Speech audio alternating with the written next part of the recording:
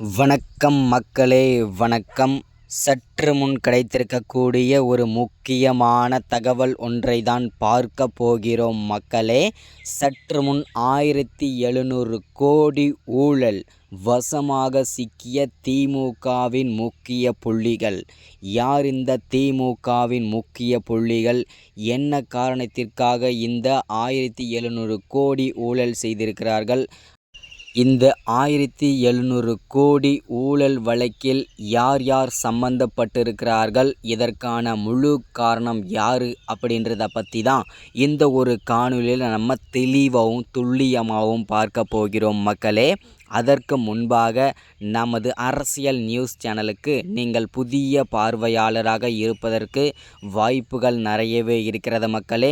முடிஞ்ச அளவுக்கு எல்லாரும் மறக்காமல் நமது அரசியல் நியூஸ் சேனலை சப்ஸ்கிரைப் பண்ண மறந்துடாதீங்க.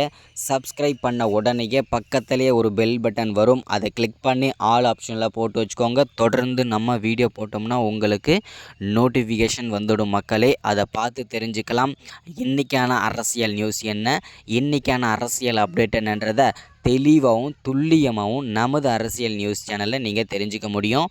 மறக்காமல் வீடியோவை ஷேர் பண்ணிவிடுங்க, மறக்காமல் வீடியோவை லைக் பண்ணிவிடுங்க. ஓகே, வாங்க வீடியோக்குள்ளே போகலாம். சற்று முன்பு கிடைத்திருக்கக்கூடிய ஒரு முக்கியமான பரபரப்பான தகவல் என்ன அப்படின்னு கேட்டிங்கனாக்கா, திமுகவின் முக்கியமான புள்ளிகள் 1700 கோடி ஊழல் செய்திருக்கிறார்கள். யார் யார் ஊழல் வழக்கில் சம்பந்தப்பட்டிருக்கிறார்கள் அப்படின்னு பார்த்தீங்கன்னாக்கா, முதலில் விளையாட்டுத்துறை அமைச்சராக இருக்கும் உதயநிதி அவர்கள்தான் இந்த 1700 கோடி மோசடி ஊழல் வழக்கில் சிக்கியிருக்கிறார். அடுத்ததாக KN நேரு மற்றும் அமைச்சர் பொன்முடி, இந்த 3 நபர்கள்தான் இந்த 1700 கோடி ஊழல் வழக்கில் சிக்கியிருக்கிறார்கள் மக்களே.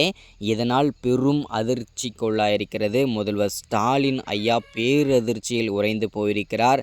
இன்னும் ஒரு சில தினங்களில், ஒரு சில நாட்களில் யார் ஆட்சியை பிடிக்கப் போகிறார்கள் என்று தெரிய போகிறது. இந்த சூழலில் இந்த 1700 கோடி ஊழல் வழக்கில் இந்த 3 முக்கியமான திமுகவின் அமைச்சர்கள் சிக்கியிருக்கிறார்கள்.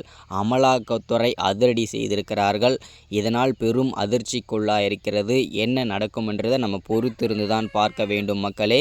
இந்த 1700 கோடி இப்போது யார்கிட்ட இருக்கிறது, இந்த 1700 கோடியும் யாருக்கு சொந்தமானது அப்படின்றத பற்றி நம்ம அடுத்தடுத்த காணொலியில் தொடர்ச்சியாக பார்க்கலாம்.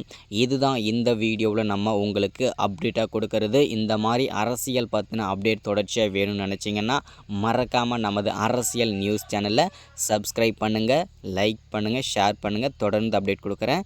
தேங்க்யூ. அடுத்த வீடியோவில் பார்க்கலாம்.